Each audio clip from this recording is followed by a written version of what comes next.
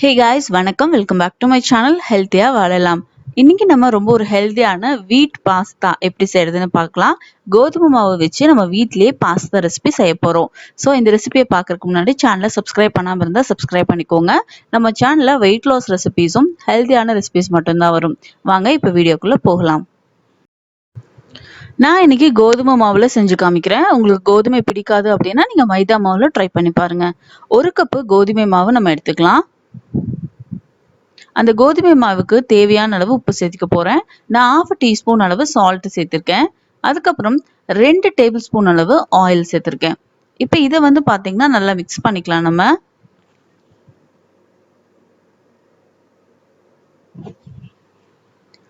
இப்போ நல்லா கலந்தாச்சு. இதுல கொஞ்சம் கொஞ்சமா நம்ம தண்ணி ஆட் பண்ணிட்டு நம்ம சப்பாத்தி மாவு எப்படி பிணைவோமோ அதே போல இதை நல்லா பிணைஞ்சு எடுத்துக்கலாம். சேம் எப்படி சப்பாத்தி மாவு இருக்குமோ அதே கன்சிஸ்டன்சில மாவு இருந்தாலே போதும். இது போல நல்லா இருக்கணும். இப்போ இந்த மாவு மேல லைட்டா 1 டேபிள் ஸ்பூன் அளவு எண்ணெய் ஊத்தி இதை நம்ம எல்லா பக்கம் ஸ்ப்ரெட் பண்ணிட்டு ஒரு ஒயிட் கலர் கிளாத் போட்டு மூடி வச்சிடலாம். ஏன்னா அந்த ஃபர்ஸ்ட் லேயர் வந்து காயாம இருக்கிறதுக்காக ஒரு 15 நிமிஷம் ஊற வச்சுக்கோங்க. இப்போ 15 மினிட்ஸ் ஆயிடுச்சு. இப்போ பாருங்க இது போல நல்லா சாஃப்டா இருக்கும். நம்ம எப்படி சப்பாத்தி தேய்ப்போமோ அதே போல இதை ஒரு பெரிய சப்பாத்தியா நான் தேய்ச்சிக்க போறேன். ஒரு கிச்சன் கவுண்டர் டாப்ல இப்படி போட்டுட்டு நீங்க தேய்ச்சிங்கன்னா நல்லா பெருசா தேய்க்கிறதுக்கு ஈஸியா இருக்கும். இதுல ஒரு முக்கியமான டிப்ஸ் என்ன அப்படின்னா, நம்ம வந்து சப்பாத்தி எப்படி தேய்ப்போமோ அது போல நல்லா கொஞ்சம் மெலிசா தான் நீங்க தேய்ச்சிக்கணும். கொஞ்சம் கெட்டியா தேய்ச்சிங்கன்னா பாஸ்தா பார்க்கறதுக்கு ரொம்ப ஷேப்பா சூப்பரா இருக்கும். பட் நம்ம சாப்பிடும்போது அது நல்லா இருக்காது. ஸோ இது போல பெரிய சப்பாத்தி மாதிரி நம்ம தேய்ச்சிக்கலாம். தேய்ச்சதுக்கு அப்புறமா நம்ம பானிபூரிக்கெல்லாம் எப்படி கட் பண்ணுவோம் சேம் லைக் அதே மாதிரி அதே சைஸ்ல தான் நான் கட் பண்ண போறேன். பட் இங்க வித்தியாசமா நான் என்ன பண்ண போறேன் அப்படின்னா, நீங்க ரவுண்ட் போடுவீங்க இல்லையா, அந்த ரவுண்ட்குள்ளே இன்னொரு ரவுண்ட் வர மாதிரி நான் போட்டுக்க போறேன். நான் வீடியோல காட்டுற மாதிரி இதே போல நீங்க போட்டுக்கோங்க. நம்ம ஆடி காரோட சிம்பிள் எப்படி இருக்கும், ஸோ அதே மாதிரி தான் நம்ம இதுல ரவுண்ட் போட்டுக்க போறோம். எதுக்காக இப்படி பண்றேன் அப்படின்னா, இதோட டிசைன் வந்து கொஞ்சம் நல்லா இருக்கும். அதுக்காக தான். இதோட சென்டர் பார்ட் மட்டும் இப்படி நம்ம எடுத்துக்கலாம். கட் பண்ணதுக்கு அப்புறமா ஸோ கட் பண்ணதுல இதோட சென்டர் பார்ட் இப்படி நான் எடுத்துட்டு வந்தேன்னா, இது பார்க்கறதுக்கே வந்து பார்த்தீங்க அப்படின்னா பாஸ்தா ஷேப்க்கு இருக்கும். இது வந்து பார்த்தீங்கன்னா நம்ம ஃப்ராக்ல எல்லாம் எப்படி பவ் இருக்கும். ஸோ அது மாதிரி இது ஒரு கியூட்டா இருக்கும்.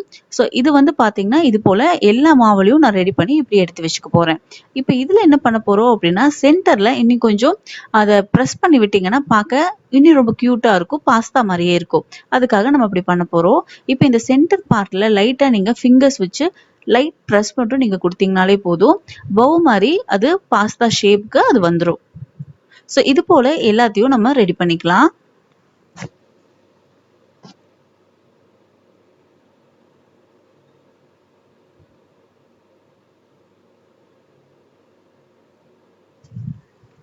இப்போ பார்க்கறதுக்கு பார்த்தீங்கன்னா நல்லா மெலிசா இருக்கு. இது மெலிசா இருக்கிறதால நம்ம சாப்பிடும்போது நல்லா சாஃப்ட்டா இருக்கும். நீங்க கொஞ்சம் ஹார்டா, ஹெவியா நீங்க சப்பாத்தி மாவு பெனஞ்சீங்கன்னா, பார்க்கறதுக்கு ஷேப் இத விடவும் இன்னும் நல்லா இருக்கும். அந்த ஷேப் எல்லாம் வந்து பார்த்தீங்கன்னா நல்லாவே தெரியும். பட் ஆனா நீங்க வேக வச்சு பாஸ்தாவா செய்யும்போது ரொம்ப ஹார்டா இருக்கும். ஏன்னா இது கோதுமை மாவு இல்லையா? ஸோ அதனால உங்களுக்கு சாப்பிடும்போது ரொம்ப டேஸ்ட்டே வந்து வேரியேஷன்ஸ் வரும். அதுக்காக தான் நான் இவ்வளோ தடவ சொல்றேன். இப்போ நெக்ஸ்ட் ஸ்டெப் வந்து பார்த்தீங்கன்னா, இத வந்து நம்ம வேக வைக்கணும். அதுக்கு ஒரு பாத்திரத்துல தேவையான அளவு தண்ணி சேர்த்துக்கோங்க. அந்த தண்ணியில 1 டேபிள் ஸ்பூன் அளவு நான் எண்ணெய் சேர்த்திருக்கேன். ஏன்னா அந்த பாஸ்தாஸ் எல்லாம் நல்லா வெந்து வரணும், ஒட்டாம வரணும் அதுக்காக. இப்போ இதுல வந்து ஆல்ரெடி நம்ம மாவுல உப்பு போட்டிருக்கோம். அதனால இதுல நம்ம உப்பு சேர்க்க போறது கிடையாது. நம்ம ரெடி பண்ணி வச்சிருக்கோம் இல்லையா பாஸ்தா, அது எல்லாத்தையும் இந்த சுடு தண்ணி நல்லா கொதிச்சதுக்கு அப்புறமா இதுல நம்ம ஆட் பண்ணிக்க போறோம்.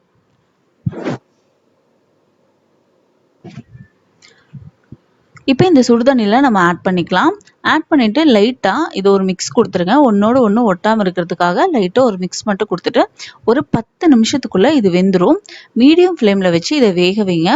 லேசா இருக்கிறங்காட்டிக்கு சீக்கிரமாவே இது வெந்து போறதுக்கு சான்சஸ் இருக்கு. நீங்க குவான்டிட்டி அதிகமா சேர்க்கும்போது மட்டும் டைம் கொஞ்சம் அதிகமாகும். இப்போ ஒரு 10 மினிட்ஸ் ஆயிடுச்சு. இது நல்லா வெந்துருச்சு. இது வந்து பார்த்தீங்கன்னா, ஃபர்ஸ்ட் நம்ம நல்லா வடிச்சுட்டு ஒரு சில் வாட்டர்ல இது மேல ஊத்திக்கோங்க. சில் வாட்டர் எதுக்காக ஊத்துறோம் அப்படின்னா, நெக்ஸ்ட் அந்த ஹீட்ல வந்து குழையாம இருக்கிறதுக்காக நம்ம சில் வாட்டர் ஊத்த போறோம். இது நல்லா வெந்துருச்சு.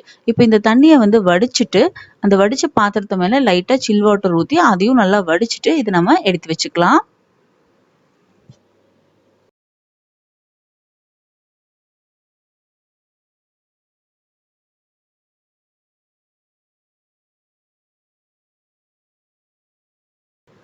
நெக்ஸ்ட் நம்ம பாஸ்தா செய்யறதுக்கு ஒரு ஹெவி பாட்டம் கடாய் எடுத்துக்கலாம். அதுல வந்து 2 டேபிள் ஸ்பூன் அளவு நான் ஆயில் சேர்த்திருக்கேன். ஆயில் வந்து நல்லா ஹீட் ஆனதுக்கு அப்புறமா 4 வெள்ளை பூண்டு பொடி பொடியா கட் பண்ணி அதையும் இந்த எண்ணெயில நம்ம ஆட் பண்ணிக்கலாம். வெள்ளை பூண்டு வணங்கினதுக்கு அப்புறமா 2 பெரிய வெங்காயம் ஸ்லைசஸா நான் கட் பண்ணி எடுத்து வச்சிருக்கேன். அதையும் இது கூட ஆட் பண்ணி நல்லா ஃப்ரை பண்ணிக்கலாம்.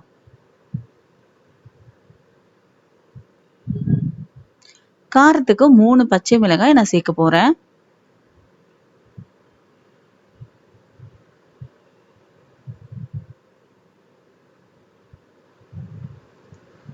இதுல கொஞ்சமா கறிவேப்பிலை இலைகள் சேர்த்துக்கலாம்.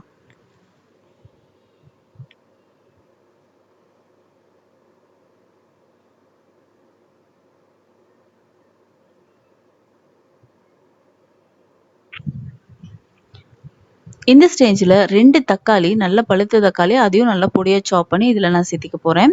வெங்காயம் வந்து ரொம்ப கோல்டன் கலர் ஆகணும் அப்படிங்கிற அவசியம் கிடையாது. லைட்டா வணங்கினதுக்கு அப்புறமா நீங்க இந்த தக்காளி, பச்சை மிளகாய் இதெல்லாமே சேர்த்திக்கலாம். இப்போ வெங்காயம், தக்காளி சேர்த்துனதுக்கு அப்புறமா 1 டீஸ்பூன் அளவு இஞ்சி பூண்டு விழுது சேர்த்துக்கலாம். நம்ம வெங்காயம், தக்காளி சேர்த்துனதுக்கு அப்புறமா இஞ்சி பூண்டு விழுது சேர்க்கும்போது வெங்காயம், தக்காளி வந்து பாத்தீங்கன்னா சீக்கிரமா வணங்கிரும், நல்லா வணங்கும். ஸோ அதுக்காக தான் நம்ம இஞ்சி பூண்டு பேஸ்ட் இதுக்கு அடுத்த ஸ்டேஜ்ல நம்ம சேர்க்கிறோம்.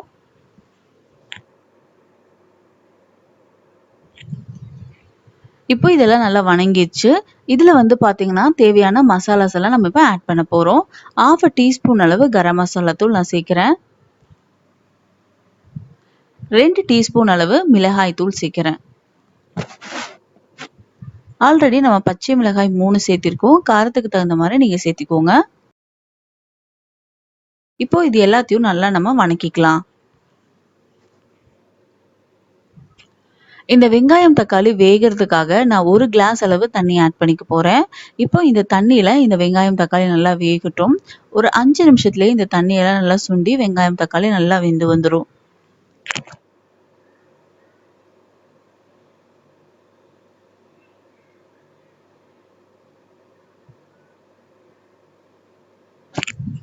இதுக்கப்புறமா நம்ம வடிச்சு எடுத்து வச்சிருக்கோம் இல்லையா பாஸ்தா, வீட் பாஸ்தா, அதை வந்து இது கூட சேர்த்து நம்ம மிக்ஸ் பண்ணிக்கலாம். மிக்ஸ் பண்ணும்போது ரொம்ப கேர்ஃபுல்லா மிக்ஸ் பண்ணுங்க. ஆல்ரெடி நம்ம நல்லா வேக வச்சிருக்கோம்.